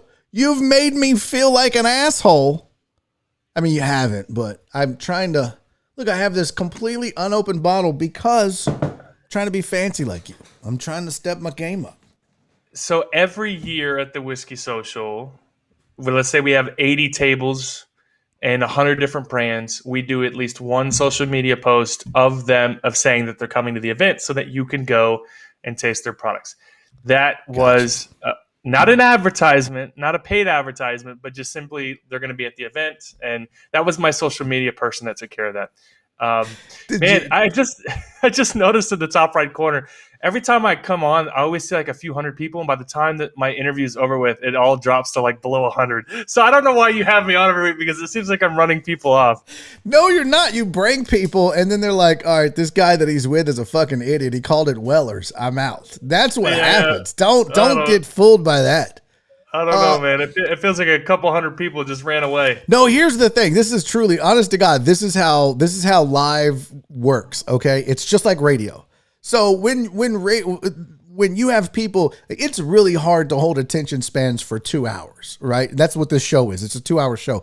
It's hard to hold an attention span for 15 minutes. A lot of people, what they do is they come in, they watch for a few, they get distracted, they got to get back to work, they go. So the numbers will go down. I'll be doing a show, it'll get to 80, it'll drop to 40 in the same show, and then when we're done, we'll be at 60.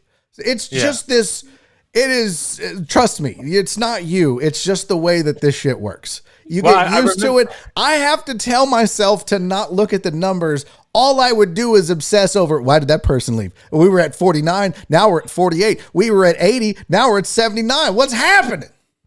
Well, I remember Brendan Schaub or one of the LA comedians talking about how they did a poll on Netflix and realized that most 1-hour comedy specials only see a retention of about 24 to 27 minutes. That's it. And so it makes more sense to release half-hour specials than it does to do a full-hour special. And hearing you talk about it reminded me of hearing that at some point about a 24 to 27 minutes. We are in, like, literally, dude, when you think about it, you can get entertainment 30 seconds to a minute at a time on TikTok. My wife doesn't even watch TV. She just does TikTok videos. And if they're long, she's next. It is literally the age of instant gratification, which is why it is an uphill fight to do a 2-hour YouTube show, especially a guy coming from radio where I'm used to that. And House had a good point. He said, that's why most YouTube videos stay under 15 minutes. People don't want to watch shit for a long time. They just give me the pertinent stuff and I'm out. Right? Yeah. Well, I mean, I've been watching the likes go up. I mean, you guys we're at like 60 something. Oh, I no, mean, you're killing it. You brought all those people. I'm still learning how this whole thing. You brought all those people. You get all in your feels about it, you know? I'm telling you, man, I obsess over these, and all the time the deckheads and my wife and other people that are helping with this shit are like, bro, you have got to ignore numbers. You just have to ignore it. Just put out the best product you can make every single day. Do the show. And it was the same thing in radio. You know, if our PD was in our ear every day, hey, you got to do this, you got to do that, you got to get the numbers up, the shows would be awful. But if they just let you go on air, flip on the mic, and just talk shit for 2 or 3 hours, whatever your show is, and do the best show you can do, the numbers are going to take care of themselves. I mean, that's how I have to. Trust me, it doesn't help. I still will look at it and be like, all right, we're down 3. What did I do? What did I say that ran off 3 people? It's just how it goes, man. You get used to it. The one thing I will say is that I do notice every week, no matter what, it is the same people in the chat, the same dedicated deckheads showing up, showing love, and I do appreciate it, guys. They really are absolutely guys amazing. And gals. And a lot of people will watch and never comment. I just want to point that out. Like on an average show, like when you come, we get a huge bump in views, right? So this show, with the amount, I think we almost hit 500 at one point today. So yeah, no, I looked up, I was like, oh my God, I came a little. That's super great, dude. And we'll end up with thousands of views. Because a view is like, all right, if they hung around for 30 seconds, you get a view out of that, right? If they left and come back, that's 2 views. But the thing is, like, you know, we'll get 200. Consistently, it's 200. And you might see 20, 25 people in the chat. So there's always a ton of people that never interact. They just want to sit back and listen. They may set their phone down while they're working. You just get used to that shit. The same thing with radio. You can have thousands of people listening. It's the same 5 callers. It's the same 5 emailers. It's the same 5 texters or tweeters or whatever. So that's how it goes, man. I was one of those people. I was always an active listener. I would always be involved in the chat or whatever, but yeah, you know. I'm just happy to be here. I came for Hart, not your ass, Truman. Totally understand. Totally understand. Perry likes to call me by my government name, which is Truman. I don't like Barry. I'm just here for the shout out. Fuck you, Tony. Is that really your name? Your name is Truman? Truman. It's my dad and my grandfather are both named Truman. Where did Barry come from? So my grandfather is Truman Lawson Laminack Sr., My dad is Truman Lawson Laminack Jr. My dad wanted me to be Truman Lawson Laminack III. And my mom was like, God, no, we're not naming our son Truman Lawson, which I kind of like Lawson. And now that I'm older, I kind of like Truman. I'm like, this is kind of sophisticated and fancy. And I love fancy. Oh my God, Rev, he says it's short for your middle name, Barreled. No. So my mom, there was a movie called Love Story, I think is what it was called. And the main character, it was like her favorite movie at the time. But the main character's name was Barrett. So I think, I like that name. Barrett's a good name. So my name is actually Truman Barrett Laminack. Yeah, there it is. The Love Story. And Oliver Barrett was, I guess, one of the names. So she said, we'll name him Truman Barrett, not Truman Lawson III. And that was, so then they called me Barry. So it's super fucking weird. So now I go by Barry. Anytime I fill out paperwork or sign shit, it's Barry. And they're like, well, who the fuck is Truman? And then so now I got to add the B. It's just a whole thing. What's your full name? There it is. No. You don't get to run from this now. We're all adults here. Nobody's going to make fun of you, Kristopher Farnsworth Hart. No. I would take Farnsworth over my actual middle name, which is Dwayne. Dwayne. Kristopher Dwayne Hart. Why? What's wrong with Dwayne? It's just, you. It's not fancy enough for you now. You grew out of Dwayne. You know how I said earlier, my white trash jeans from Pasadena? I tell people my name's Christopher Dwayne. They're like, oh, you're from Pasadena. I have family there. Like, they immediately know that it was a trailer park and my middle name is Dwayne. I like that they spelled it with a K too. What was the meaning behind that? My mom wanted to be different. It's fancy. She's like, yeah, I say that, but my oldest daughter's name is Joey with an I. Oh, okay. And when we get mad at her, we call her Joseph, even though that's not her name at all. Nice. Yeah, I don't know. Like, I like the house like D Wayne. I'm Kristopher Roy, but I go by Danny. Well, that's fucking stupid. That's dumb. House, you go by Danny? What a fucking dumb. Just kidding. So Kristopher Dwayne Hart. There's nothing wrong with that. You're really, bro. I'm Truman Barrett. Are you kidding me? I would trade either of those for a fucking Dwayne in a minute. The most badass gun in America is the Barrett 50 cal. And when I hear Barrett, I think 50 cal rifle. Like, Barrett's great, man. Barrett's great. Barry. Fuck you, man. I mean, it's no Dwayne, but yeah, there's not a lot of cool Barrys. First of all, is there any white Dwaynes? I don't know that there's any white. I've never heard of a white Dwayne. Just one, buddy. Nice to meet you. Just me. In fact, when police pull me over, they see my middle name is Dwayne. Stole this ID. I get a ticket. Go to jail every time. Every time? Oh, that's great. Yeah, there's not a lot of cool Barrys. It's like, Barry Manilow? Barry White? I mean, Barry White was kind of cool, right? He was pretty cool. Those two dudes got laid, though. You know, those two dudes got laid. Lot of puss. A lot of big shoes to fill with getting puss named Barry, of which I did not fill. What are you drinking? Are you drinking what you pulled off the shelf there? Yeah. Realizing my middle name, I realize I probably need something time to drink. Anytime you bring up Pasadena, it's time to drink. Oh, yeah, I forgot. Barry Sanders. Let's go. Is there a white Dwayne? Let's see. Let's just type in Dwayne. Do you spell it the right way? Dwayne? I say the right way. Is it Dwayne? D-E-W. Yeah. Oh, yeah. Barry Melrose. Barry Katz. Phonetically, like you thought of the name but didn't know how to spell it, so you're like, well, D Wayne. D Wayne, like D Wayne Davis. Yeah, Barry Melrose. Don't forget Barry Katz, famous comic manager, of comedians. So the only thing that comes up is Dwayne Johnson, like over and over. Dwayne. Let's see. Let's do famous Dwayne. Famous Dwaynes. 50 plus famous. But that's DUA. That's DUA, not DWA. All right, here we go. Dwayne Johnson, Dwayne Wade, Dwayne Allman. Oh, he's one of the Allman brothers. I'll take Oh, it. there's a white Dwayne Chapman, the dog, the bounty hunter, but they spell it differently. Oh yeah, you're making me feel real better about my middle name. The Allman Brothers and Dog the bounty hunter, who looks like me if I grew up in the 60s, and like, you know, back before we had skincare routines and stuff. Dwayne looks rough. Dwayne, the dog, the bounty hunter looks like you if it was meth instead of bourbon that you were into. No, there's a lot of white Dwaynes, but they all spell it D-U-A-N-E, by the way. There's not many white guys named Dwayne that spell it with a W. I think, as Total pointed out, Total Dallas, The Rock's pretty white. He's white enough. He's white enough. I'll take it.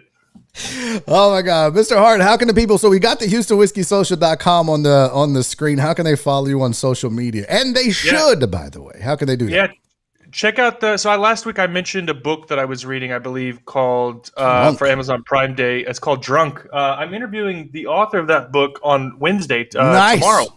Yeah, so check out the show this week. We discuss in depth the role that alcohol has played in the development of society, the drawbacks. And for those, I've been on the show quite a bit. I've talked a lot about me growing up Pentecostal.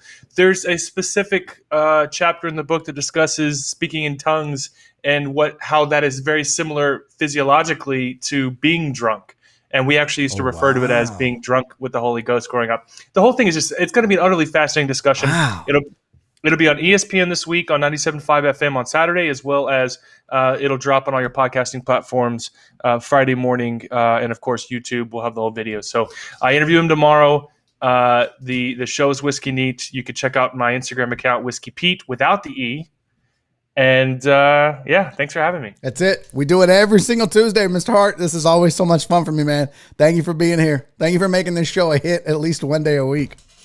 I love you, buddy. Talk to you soon. All right, hang on the line, though, because you and I got to talk for 5 minutes. All right, don't go anywhere. That is Kristopher Hart, you guys, and that, I have to pee so bad. You have no idea. That is another episode of Barry on Deck. Holy shit, that was good times. Hey, Barry on Deck is always brought to you by the AP Law Group. If you have been injured in an accident, if you have had a loved one suffer wrongful death, make sure you give them a call, 713-913-GO-AP.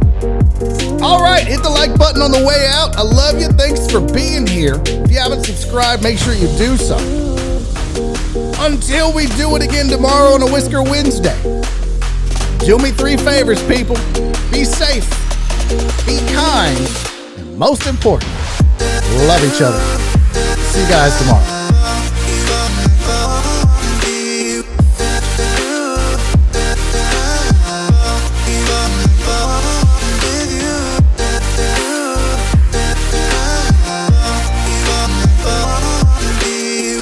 Daddy's making a YouTube video!